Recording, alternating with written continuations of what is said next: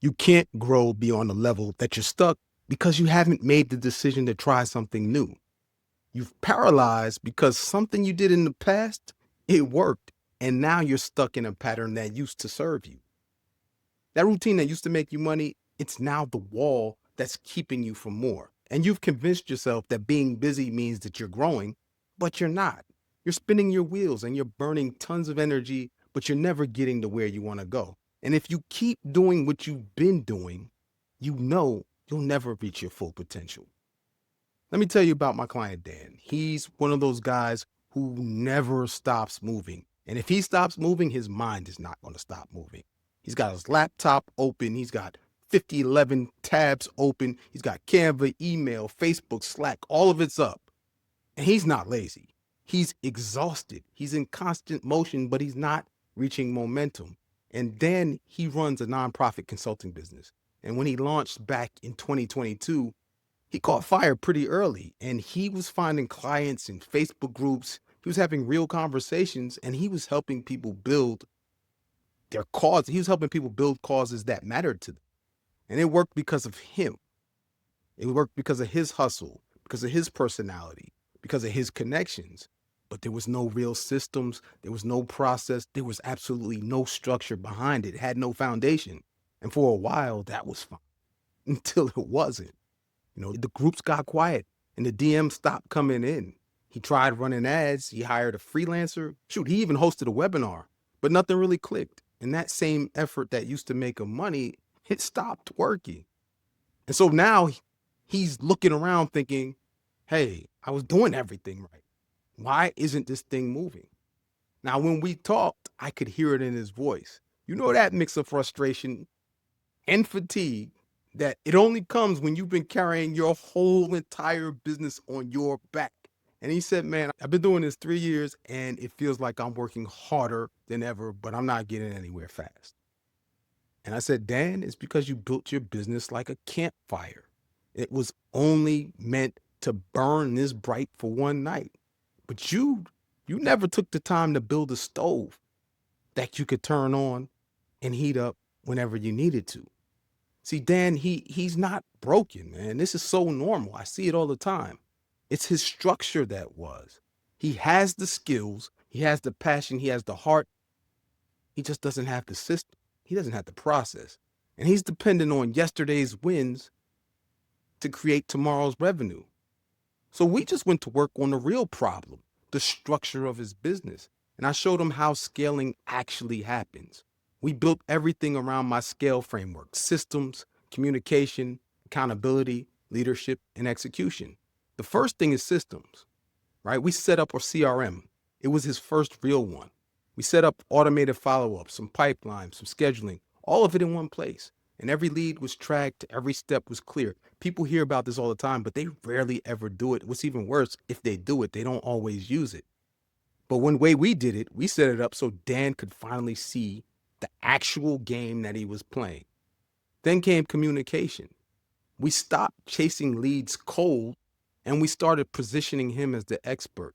We hooked him up with some podcast appearances. We showed him how to do that, how to get some interviews about thought leadership. He stopped begging for attention and he started earning it from people in his space. The next was accountability. We built a weekly scoreboard, simple metrics. How many leads did you come in? How many follow-ups did you do? How many calls were booked? How many offers did you make? How many did you close? And there was no more hiding behind, I'm busy. We just had the data. So every time we talked, we started with the wins in the data or the losses in the data. Why? Because once we know what really happened, now we have a common thing that we can use to move forward. Then came leadership. He really had to stop being the entire business. So we started documenting every repeatable thing that he was doing so somebody else could run it. And finally, my favorite, execution. Short sprints, fast feedback, action over perfection. 6 weeks in, my man Dan messages me, Jay, I'm finally feeling like I'm running a real business, not babysitting myself. And he wasn't guessing anymore. Like his days had direction. And that is the point. He didn't need more leads first. He needed a structure to catch the ones that were already there. And once he built that, his growth stopped being random because it became really predictable. So Dan thought he had a lead problem, but really he had a structural problem. The foundation of his business was not strong. And that's where most business owners get stuck. They're trying to outwork the thing that can only be out-organized. So you don't break through by pushing harder. You break through by tightening the machine that does the pushing for you. Most people hit a ceiling and they think, oh, shoot, the answer is more, more platforms, more offers. I got to hire more people. I got to do more marketing. But if your foundation isn't solid, if there's cracks in it, it can't support what you're trying to do, guess what? Those cracks are just going to show faster and the whole thing will break down. You'll have fits and starts, but you will reach break points. It's inevitable. If you can't see your entire customer journey on one page, you are not scaling. What you're doing is guessing. And you don't need more tasks. You need a process that turns attention into appointments, into people that you can make offers to and close every single time. So you got to just strip it back until what's actually left works. And that's when the real picture shows up. You'll find out where things are leaking. You find out where you're even strong. All right. The second thing I need you to do is replace your hustle with the system. Your system will amplify your hustle, but your hustle will also amplify your system or lack of system. So it's not always that you need more. You don't always need to post more or DM more or chase harder. You need a system that does the chasing for you. And that's what we built for Dan.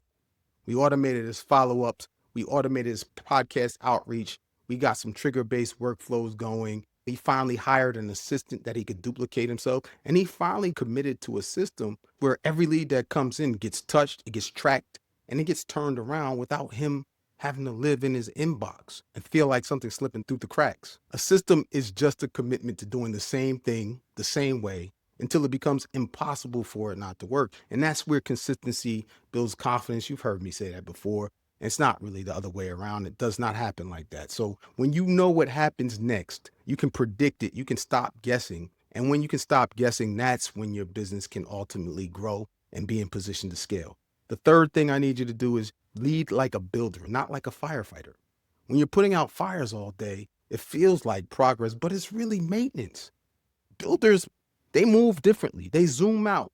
They design the next move, and then they teach somebody else to manage it. So if you're the smartest person in your business or the busiest person in your business, congratulations. You're the biggest bottleneck. Write it once, delegate it twice. That's how you build something that grows without you carrying every single piece.